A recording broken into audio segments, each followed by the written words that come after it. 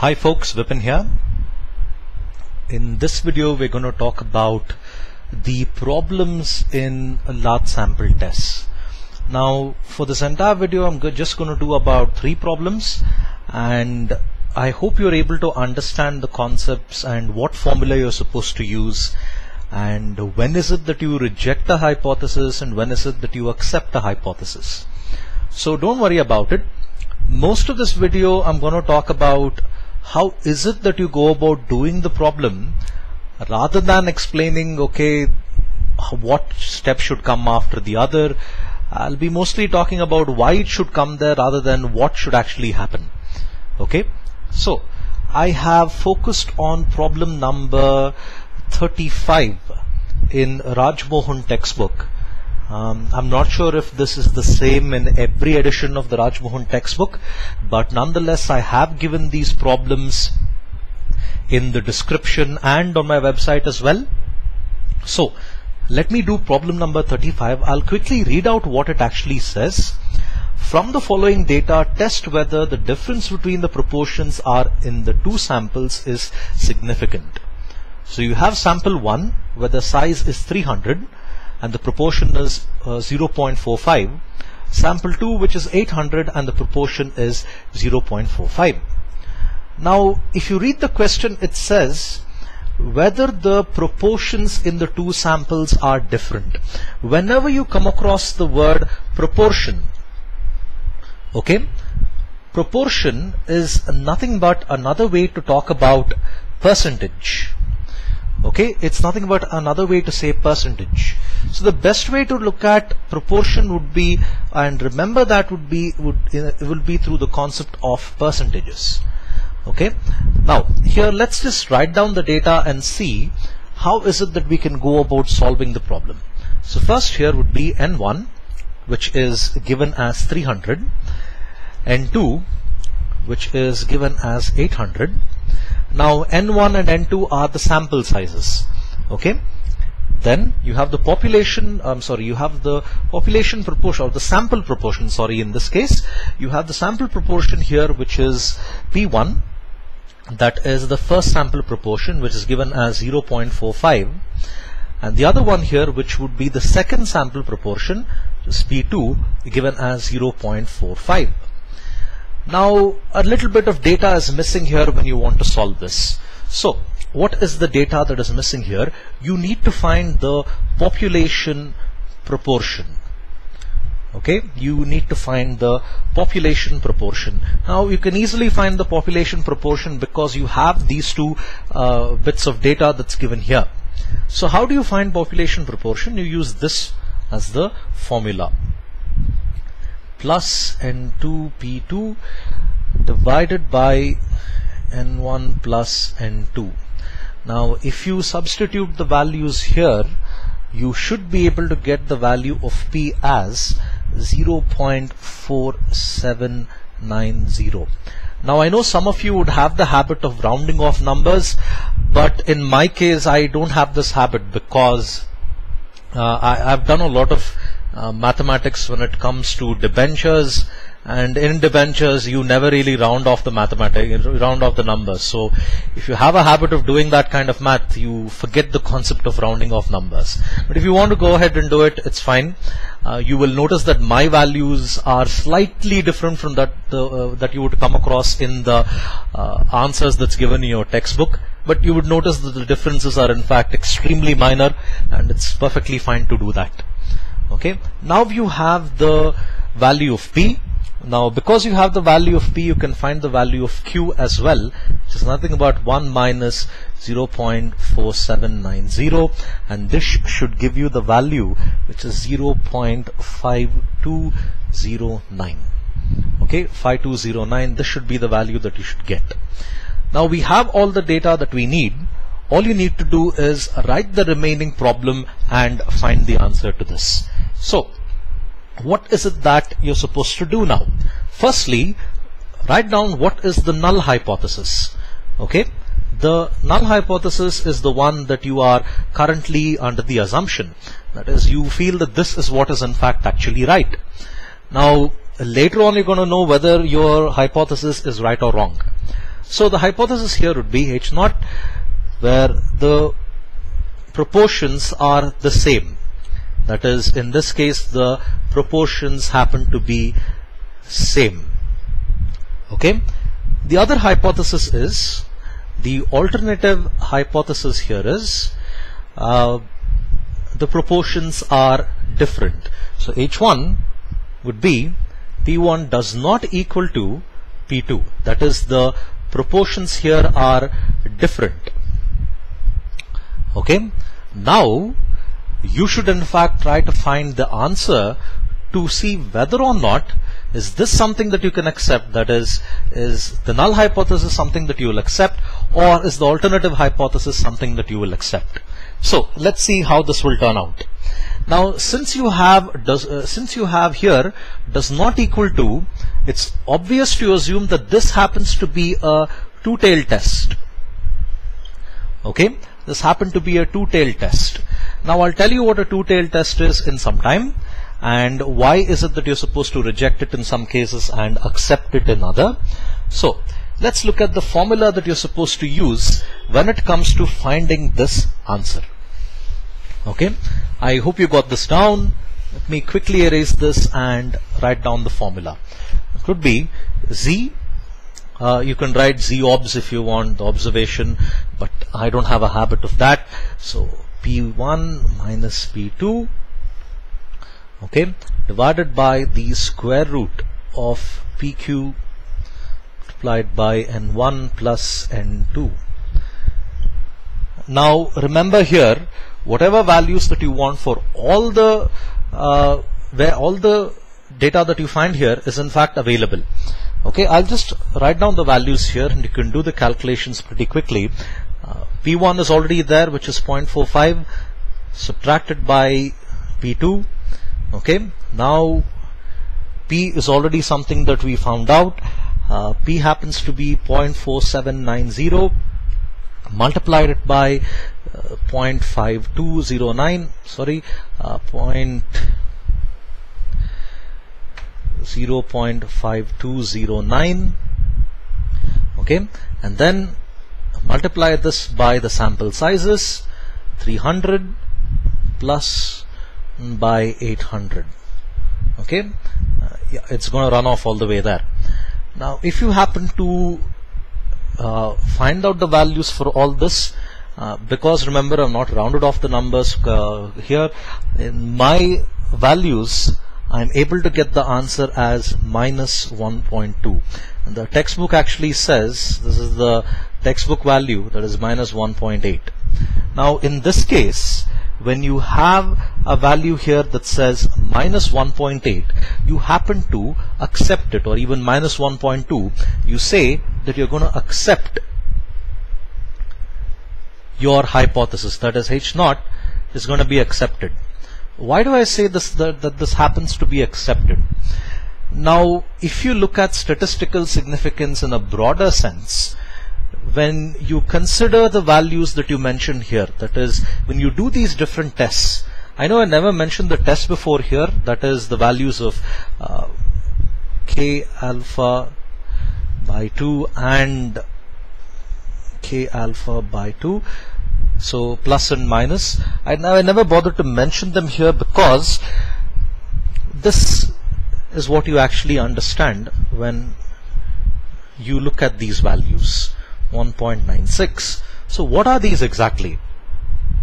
When you plot a graph, okay, I hope this comes out well. When you plot a graph, let's take 0 here, minus 1.96 here, and plus 1.96 here. Okay, let me delete everything else here so that you can focus more on what's actually going on. Or yeah, let me draw it in a larger plane here. Okay, let's keep 0 here, minus 1.96 and plus 1.96. Now what you actually do here is you draw something which is called as a normalization curve.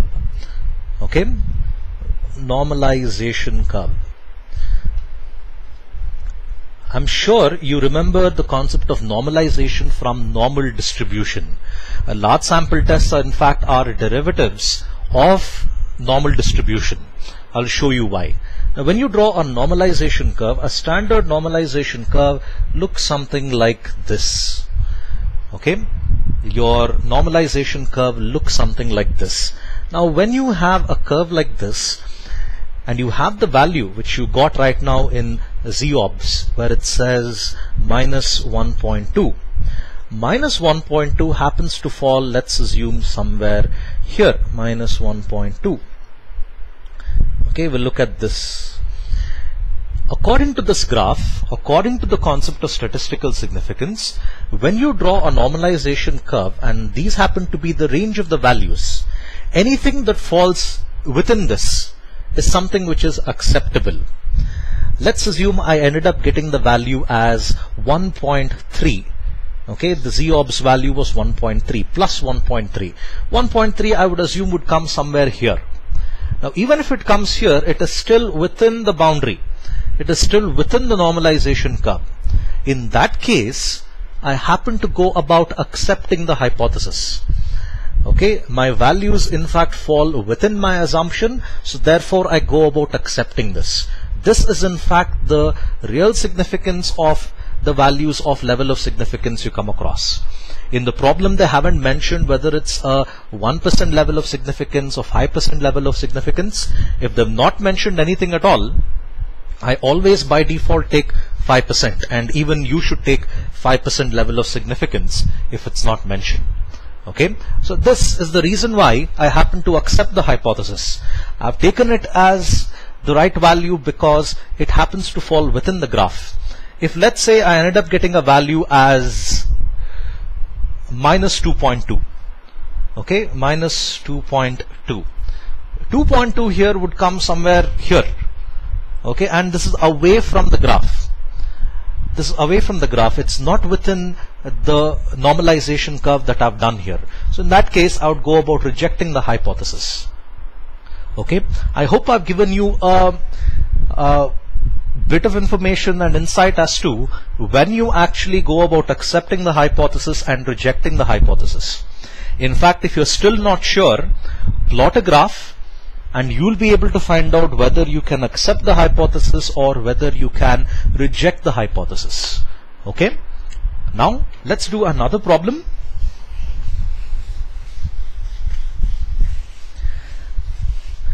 Now let's look at another problem here. Which one shall I take? Oh yes, the one on potatoes. Okay, there is a problem here when it comes to potatoes. And which problem is that? Yes, problem number 28 in the textbook. So just go through problem number 28, and according to this it says among 80 potatoes which are randomly pulled out from the field, 11 are infested. Test the hypothesis that less than 25% of the potatoes are in fact infested.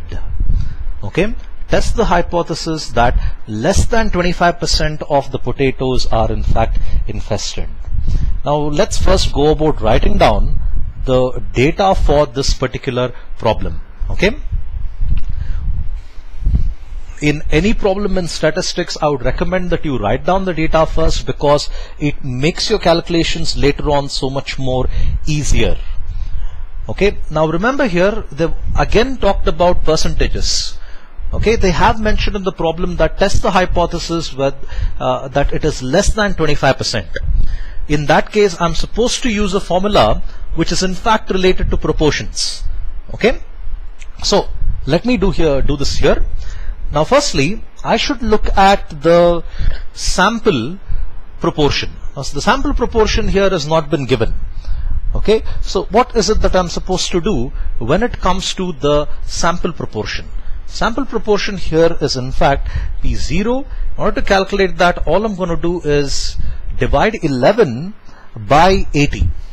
And this is going to give me the sample proportion, which is 0.13. Okay, let me get rid of this. Yeah, 0.1375.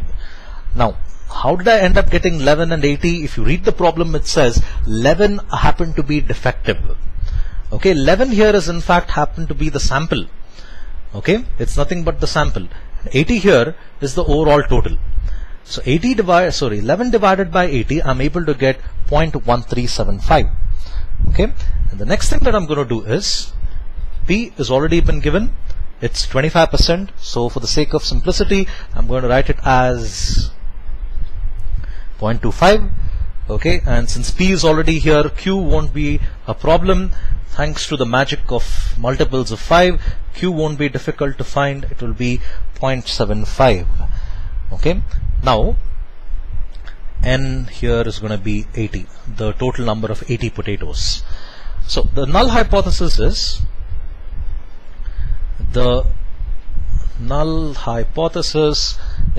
H0, wherein the total number of defects or infested potatoes happens to be equal to the proportion of 0.25, or it's 25%.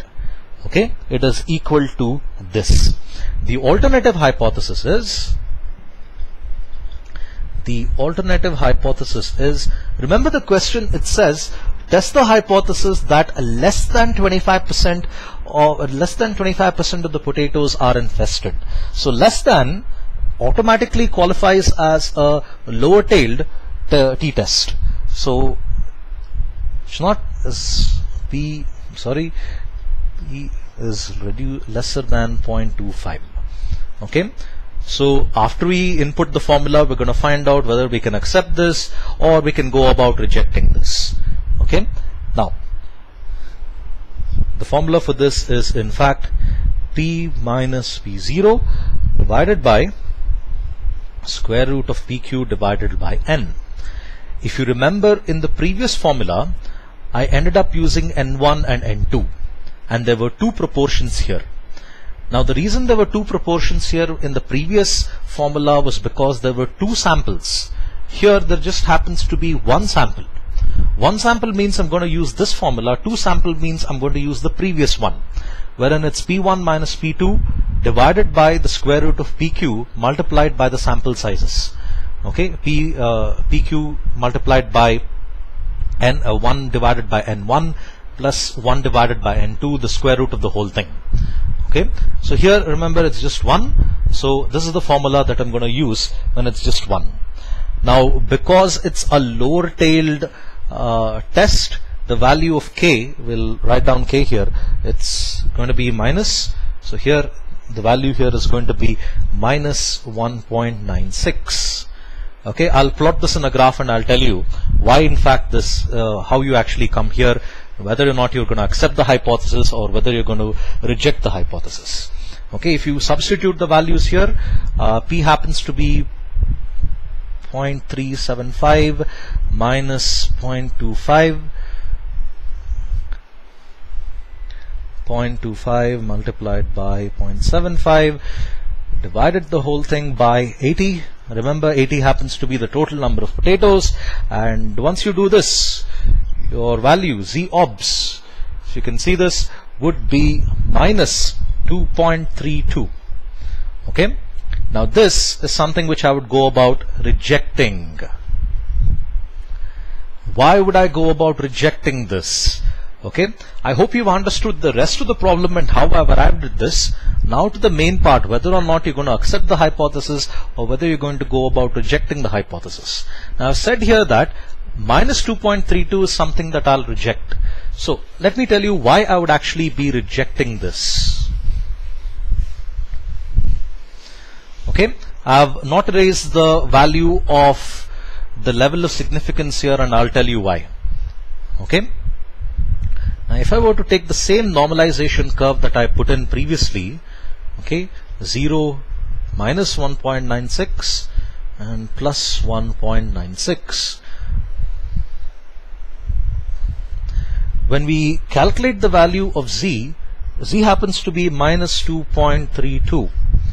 Okay, now if you look at the normalization curve, wherein the level of significance happens to be 5%, 5% of the values here is 1.96 or plus 1.96. I know it's a lower tail test, but this is how I can explain it to you best.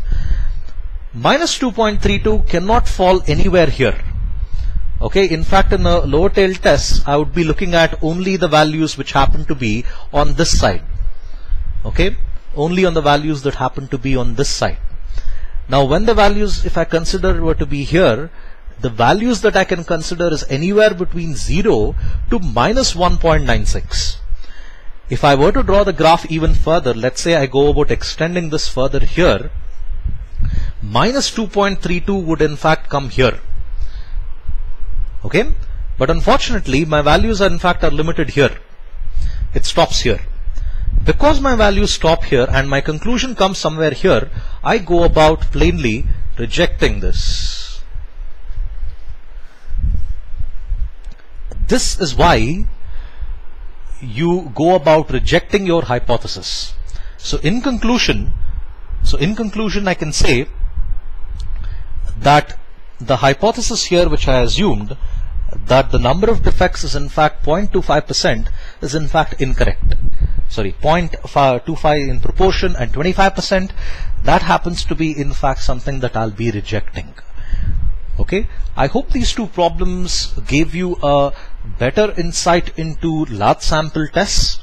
If you want me to work out more problems, do let me know. I mean, just mention the problem number or the first few words of the problem in the textbook, and I'll be able to work on it and I'll be able to give you additional details on this. For now, I hope this video made sense. Thank you for your time and have a nice day. Bye.